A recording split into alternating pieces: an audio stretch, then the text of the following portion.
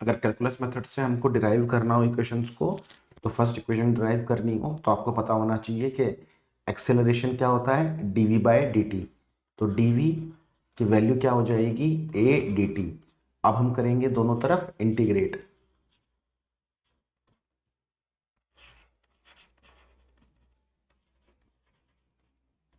अब इंटीग्रेशन में या तो हम लिमिट लगा लेते हैं या फिर हम कांस्टेंट। तो हम लिमिट लगा लेते हैं। तो जब टाइम जीरो होगा उस टाइम जरूरी नहीं है उसकी वेलोसिटी जीरो, हमने मान ली कुछ u होगी। u क्या ले ली हमने, उसकी इनिशियल स्पीड या वेलोसिटी। और किसी टाइम t पे जो भी उसकी वेलोसिटी v होगी वो हमको निकालनी है। तो dv का इंटीग्रेशन, तो dv का इंटीग्रेशन मतलब जैसे dx का इंटीग्रेशन, तो dx का इंटीग्रेशन होता है x, तो dv का इंटीग्रेशन v, लिमिट u से v। यहां पे अगर एक्सेलरेशन कांस्टेंट है तो यहां पे ये मस्ट है, एक्सेलरेशन कांस्टेंट लेकर के ही डिराइव होती है। अगर कांस्टेंट नहीं होगा तो आपकी इक्वेशन वैलिड ही नहीं होती। तो एक्सेलरेशन बाहर आ जाएगा, तो यहाँ पे आ जाएगा dt लिमिट 0 से t, फिर dt वही इंटीग्रेशन उसका हो जाएगा t लिमिट 0 से t। अब लिमिट रख दो, तो upper limit minus lower limit, तो यहां से आपके पास इक्वेशन आ गई v equals to u plus a t. ये फर्स्ट इक्वेशन आपने कैलकुलस मेथड से डिराइव कर दी।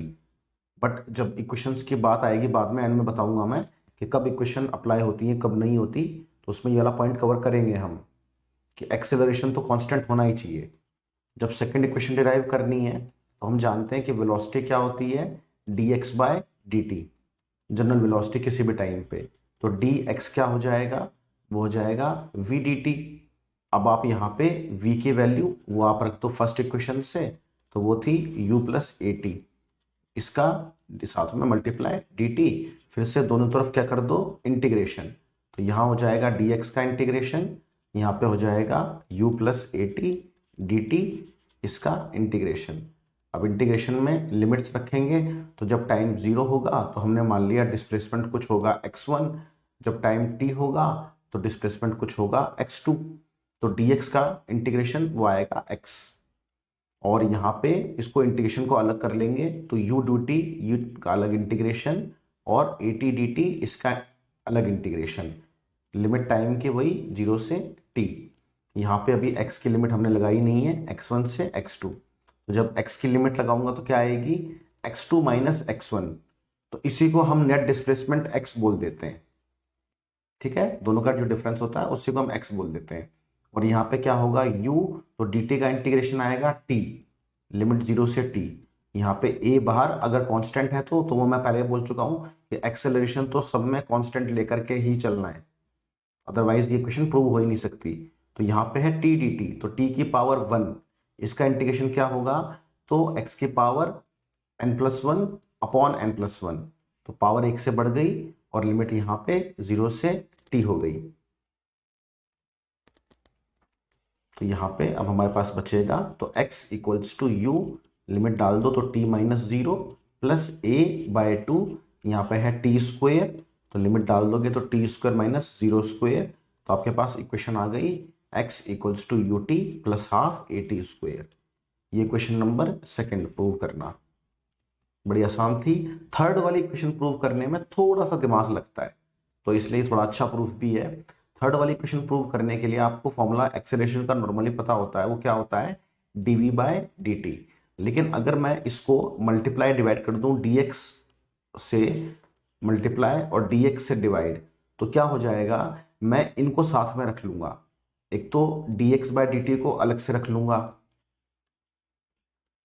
और जो बचेगा dv बाय dx उसको अलग कर दूंगा। दोनों को अलग अलग वैल्यूज दोनों की यूज कर लूंगा। अब dx बाय dt, तो ये क्या होती है, ये तो वेलोसिटी होती है।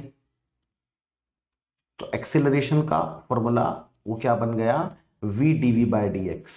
ये फॉर्मूला बन गया हमारे पास। अब इस फॉर्मूले से आगे हम चल सकते हैं। तो अब करना क्या है, v dv इसको एक ही तरफ रखो और यहां भेज देंगे हम a dx को, दोनों तरफ कर दो अब इंटीग्रेट। तो एक तरफ हो जाएगा v dv का इंटीग्रेशन और एक तरफ हो जाएगा ए डी एक्स का इंटीग्रेशन, तो ए फिर से कांस्टेंट तो बाहर आ जाएगा।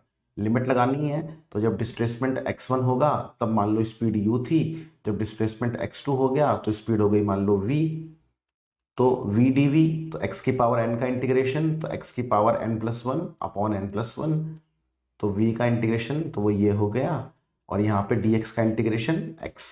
लिमिट अभी लगानी बाकी है, तो जब अब लिमिट लगाऊंगा तो क्या मिलेगा मेरे को यहाँ मिलेगा v² / 2 minus u²/2 equals to, यहाँ पे हो जाएगा a x2 माइनस x1। तो पहले भी बताया है कि x2 माइनस x1 इसी को हम क्या ले लेते हैं x। तो यहाँ पे हो गया हमारे पास v² माइनस u² अपॉन 2, और यहाँ पे हो गया ax, तो इस 2 को मल्टीप्लाई कर दो वहां पे, तो ये आ गई हमारी थर्ड इक्वेशन। u² को वहां भेज दिया तो v² = u² + 2x। तो ये बाय कैलकुलस मेथड तीनों इक्वेशन प्रूव हो जाएगी।